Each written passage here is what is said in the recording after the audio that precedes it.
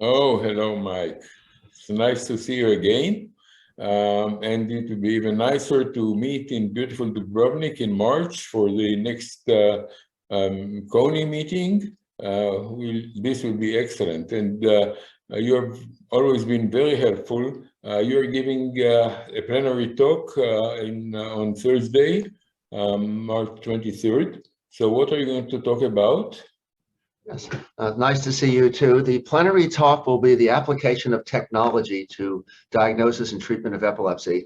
The field has moved forward enormously in recent years, and we now have new methods available and under investigation for seizure detection, linking seizure detection to treatment, online management by patients and by doctors for epilepsy, and relatively newer treatments that can be provided. For example, neurostimulation therapies that can be applied to multiple targets in the brain or outside the brain, and thermal ablation. And my talk will kind of wrap these together in one package, the application of detection and treatment. I think a lot of advances in medicine in general have taken place because of advances in technology, and I think it's a wonderful example to be able to show how epilepsy has benefited from this. So this is regarding treatment. Of course, the new technology helps us also in diagnosis and in follow-up of patients. Absolutely. So we can use now various methods of seizure detection, ranging from simple wristbands that people might wear. This is a smartwatch, and there are applications that can go on smartwatches. There are implanted devices that can now detect seizures. There are non-implanted devices that can be recorded as well, that can be used to record EEG. And these can be linked to detection to track how patients are doing. And in certain cases, for example, with a responsive neurostimulation device, the detection is married to immediate delivery of stimulation to try to prevent seizures and stop seizures. So yes, so this will be the very beginning of the meeting. And actually the meeting is composed mainly of debates, of pro-con debates. And one of the debates that we're hoping to install is a debate about the use of these methods to try to intervene and to prevent or stop seizures.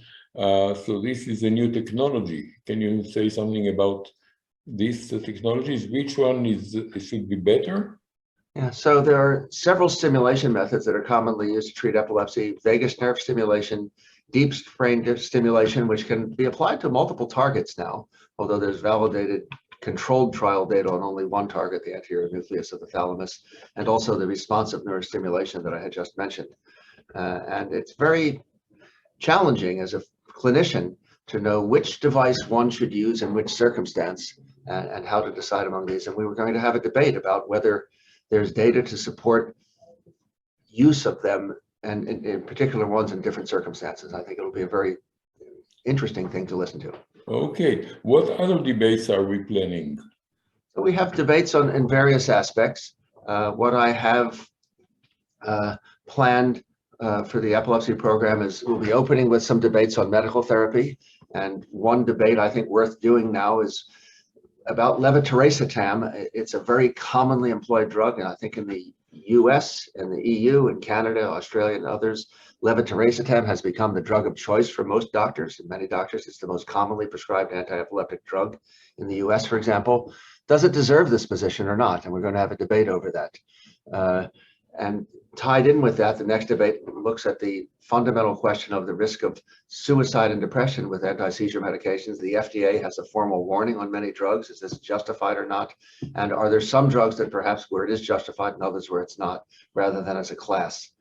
And then we have a debate about the new drugs that are coming up, and should new drugs be shown to be more effective than the ones that we have already in order to be proved?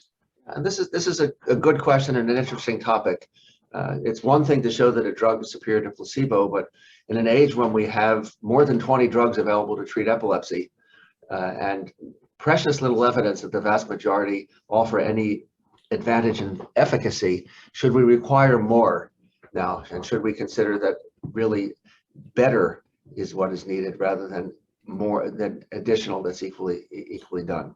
So in each of these debates, we have a pro and a con, two speakers, two excellent speakers. So Can you say something about the faculty that will be involved in these debates? Yes, we have an international faculty from around the world participating. Most faculty members are participating in at least 2 debates. In addition to a pro and con, there's a moderator involved as well. So to run through some names, we have Professor Martin Brody from Glasgow in the United Kingdom, Professor Zelika Petlingadze from Croatia.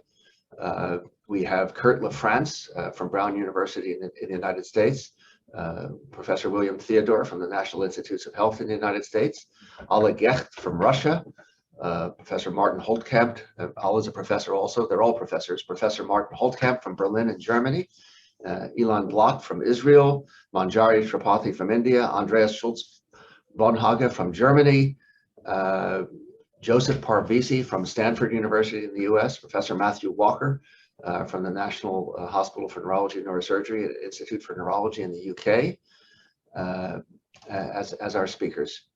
Yeah, so I think, and there may be 1 or 2 others that I have. Yeah, we have excellent speakers.